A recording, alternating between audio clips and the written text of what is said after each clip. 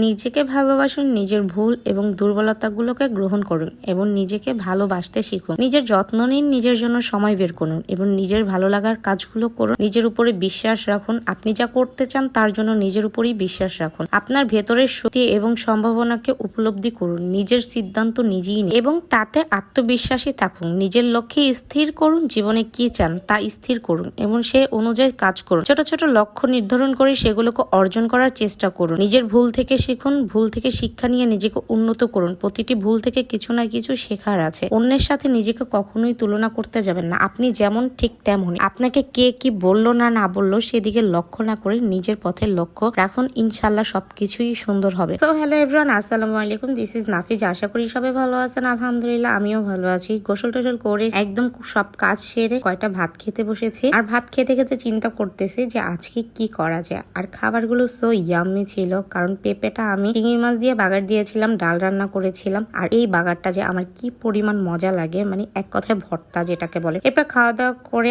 আলিশবাকে নিয়ে শুয়েছিলাম, একটু ঘুমাই। ঘুম থেকে উঠে বিকালে বাচ্চাদের নাস্তার জন্য প্রিপেয়ার করছিলাম যে বাচ্চারা কি নাস্তা করবে। বড়জন বলছিল যে মোমো খাবে, ওর জন্য আমি মোমো মেক করে দিলাম। আর ছোট জনের জন্য একটা ড্রাগন ফ্রুট কেটে নিলাম। আর আমার জন্য দুধ চা ছিল আর কেক ছিল। বিশেষ করে দুধ চার সাথে কেক খেতে আমার তো খুব ভীষণ ভালো লাগে। আমার কাছে এই নাস্তাটা অনেক বেশি টেস্ট লাগে। এদিক থেকে মোমো হয়ে গিয়েছিল, আমি মোমো এক এক করে উঠিয়ে নিয়েছিলাম। আর মাসফি যেহেতু মোমো পছন্দ, সেক্ষেত্রে আমি ফ্রোজেন মোমোটাই কিনে নিয়ে আসি। এরপর ওর যখন খেতে ইচ্ছা করে তখন এইভাবে আমি মেক করে দিয়ে হালকা একটু পানি দিয়ে তার ভিতর একটু সয়াবিন তেল দিয়ে মোমোটা দিয়ে কিছুক্ষণ রেখে দিলে একদম পুরা দোকানের মতন হয়ে যায়। তো এদিক থেকে আমি ড্রাগন ফ্রুটটাও কেটে নিচ্ছিলাম ছোট জনের জন্য। আর ছোট জন অন্য কোনো ফল খাবে না, শুধুমাত্র ওর ড্রাগন ফ্রুটটাই ওর অনেক বেশি পছন্দ। আসলে ওরে পেটে নিয়ে আমি প্রচুর ড্রাগন ফ্রুটস খেয়েছি, তাই মনে হয় এটাই খাওয়া শিখেছে, আর কিছুই মনে হয় শিখে। তারপর ওর জন্য একটু একটু করে কেটে নিয়েছিলাম। আর ড্রাগন ফ্রুটসটা এত বেশি মিষ্টি ছিল যা বলার মতন না। আর মিষ্টি ছাড়া ও খাবে না, যদি একটু টকটক লাগে ওইটা খাবে না। এদিক থেকে আমার চাটাও হয়ে গেছে, চাটাও ঢেলে নিয়েছি। আর আমি অনেক দিন পরে দুধ চা খাচ্ছি।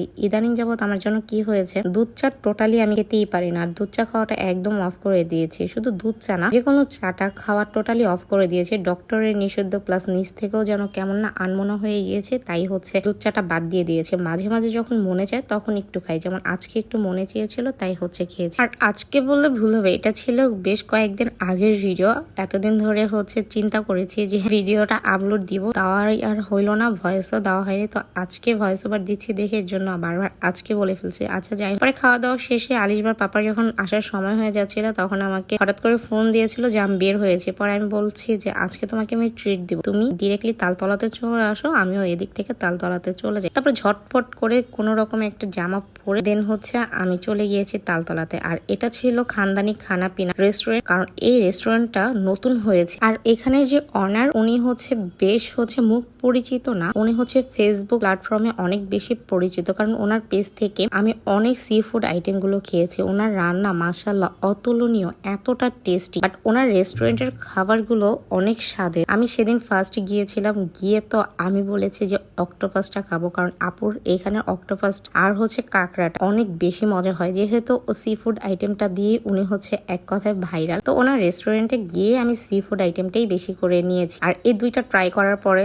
আর তো পেটে জায়গা নাই, সো আর কিছু নিতে পারিনি। একটা প্লেটার নিয়েছিলাম, ওটার ভিতরে কাঁকড়া ছিল আর ফ্রাইড রাইস ছিল। আর ফ্রাইড রাইসটা ছিল আপনার চিংড়ি মাছ ছিল, স্কুইড ছিল, সবকিছু মিক্সডাবল দিয়ে ফ্রাইড রাইসটা করা হয়েছে। আর এই মজিটোটা নিয়েছে, অনেকদিন ধরে আমার মজিটো খেতে মনে চেয়েছিল, তাই আমি ওর পাপাকে বললাম যে একটা ব্লু মুন মজিটোটা নেই। পরে বলছে নাও, তোমার যেহেতু মজিটো খেতে ইচ্ছে করেছে তো তুমি খেতে পারো। আর ওদের প্রাইস এত রিজনেবল, একদম ফ্রেন্ডলি, যে কোনো কেউ যে একদম হতাশ হয়ে ফিরতে হবে না, কিছু না কিছু খেয়ে অবশ্যই আসতে পারবে। আর আমার জামাই এদিক থেকে কি করেছে, উল্টা পাল্টা আমার কয়েকটা ছবি তুলে দিয়েছে। আমার কাছে তো ট্রিট দিয়ে অনেক বেশি আনন্দ লাগছিল যে হাজবেন্ডকে এতদিন পরে ট্রিট দিতে পেরেছি, কারণ ঈদের পরে তাকে কোনো ধরনের ট্রিটই দিতে পারিনি। আর এই অক্টোপাসটা ছিল কারি। আপনারা যদি এটা নিতে চান তাহলে যে কোনো ফ্রাইড রাইসের সাথে নিলে অনেক বেশি ইয়ামি করে খেতে পারবেন। যেহেতু আমার হাজবেন্ড প্লেটার নিয়েছে, সেক্ষেত্রে আমি চিন্তা করে অক্টোপাস কারিটাই নিয়েছি, কারণ ফ্রাইটা আর ভালো লাগবে না এর জন্য। খেতে খেতে আজকের ভিডিওটা এখানে বিদায় নিচ্ছে, দেখা হয়ে যাবে নেক্সট একটা ভিডিওতে।